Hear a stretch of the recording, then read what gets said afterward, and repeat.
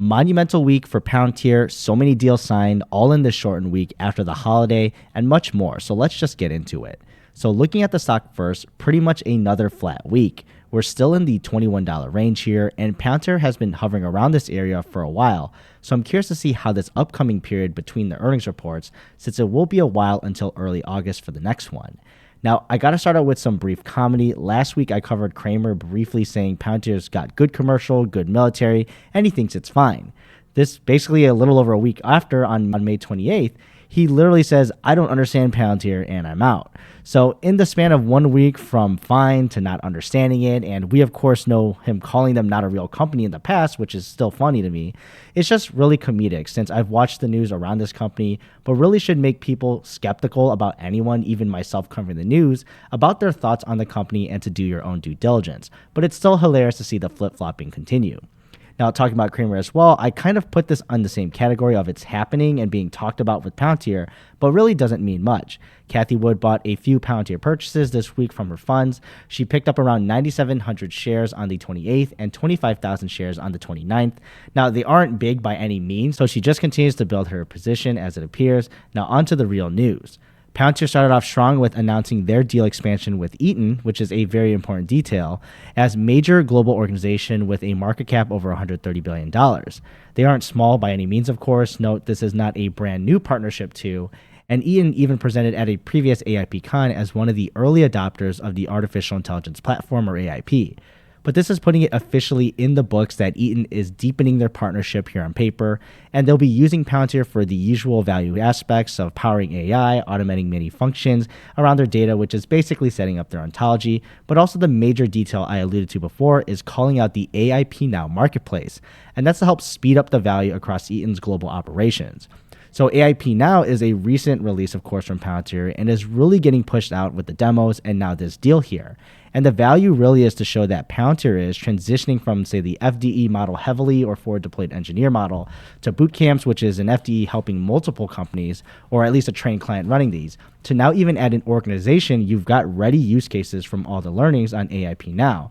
And Palantir has done this across many different clients and industries and are ready to apply them much quicker at an organization with this. Now, it remains to be seen how effective this will be for accelerating adoption, but officially highlighting this on paper on a deal is a sign of this being Palantir's intent. Now, the more overlooked deal of this week is the Navy's GFP remediation pilot program. This pilot was won alongside Aon, where they're aiming to target audit issues associated around government-furnished property inventory. So this new system that they're trying to set up and have a pilot around will be for identifying ways to improve the Navy's management of this, where Aon is going to be focused on handling more of the process side of it and understanding the business aspects, versus the actual technologies that Palantir will be running, which of course is making sure they do this in the intended way. So that's why they're working together.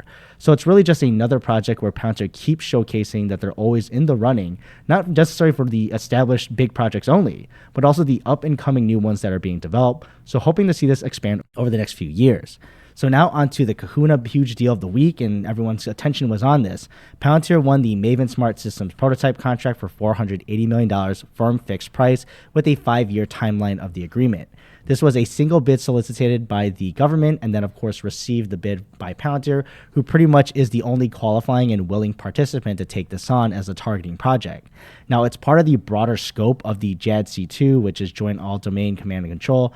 So this is part of the whole initiative by the government there, and basically a day later, we get even more details released officially from Palantir and their PR that for this huge $480 million contract, $153 million will be the initial order up front in the beginning. So this is not an addition, just so you know, but essentially they're getting paid up front $153 out of the $480 for this contract, and with the additional awards, which probably have performance or timeline-based targets attached to them just to earn the remaining amount.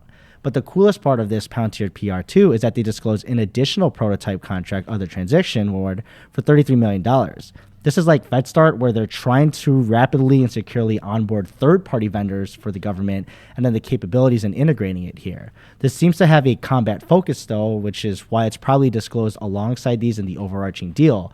but it's cool to see the additional services that they're providing just by being the infrastructure for other software companies to do business with the government. So Palantir's investment into IL5 and IL6 clearance, and then also having the Apollo platform to deploy that to other people, allows them to see how the barriers to entry are so high already dealing with the upper echelons of the DoD that they decided to essentially turn it into a highway, and now we see a pretty substantial showing that it's valued by the government here with the $33 million deal officially.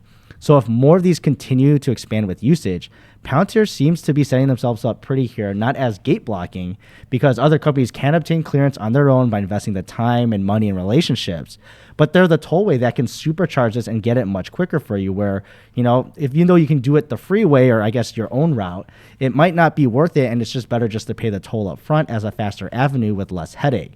Well, most of the time, depending on where you're actually driving. So it's always great to see these additional deals.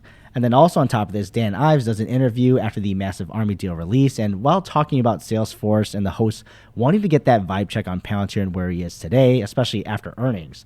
Of course, Dan continues to be a bull, but did add on one interesting note besides the messy of AI and underestimated aspects of Palantir. He noted Palantir is way oversold after earnings in his opinion.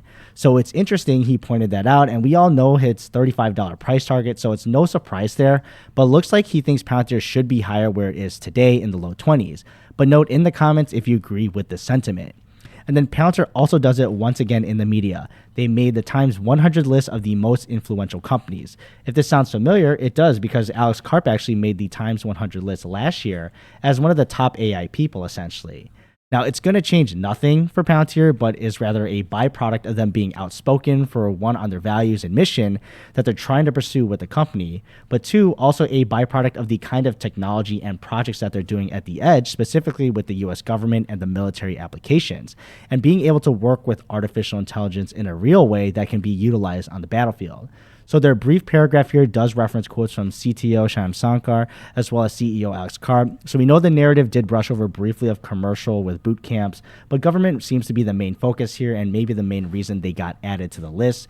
And, kudos to them for making it still good PR for them. Now, I'd say the more crazier news this week was that post circulating around. It's a January article, actually, published on Samsung's own newsroom website. Well, the one in Korean, at least, because I couldn't find it and get it to come up on the English one. But either way, they published this list of masters of semiconductors that are at Samsung, and one of them was Mr. Yoon.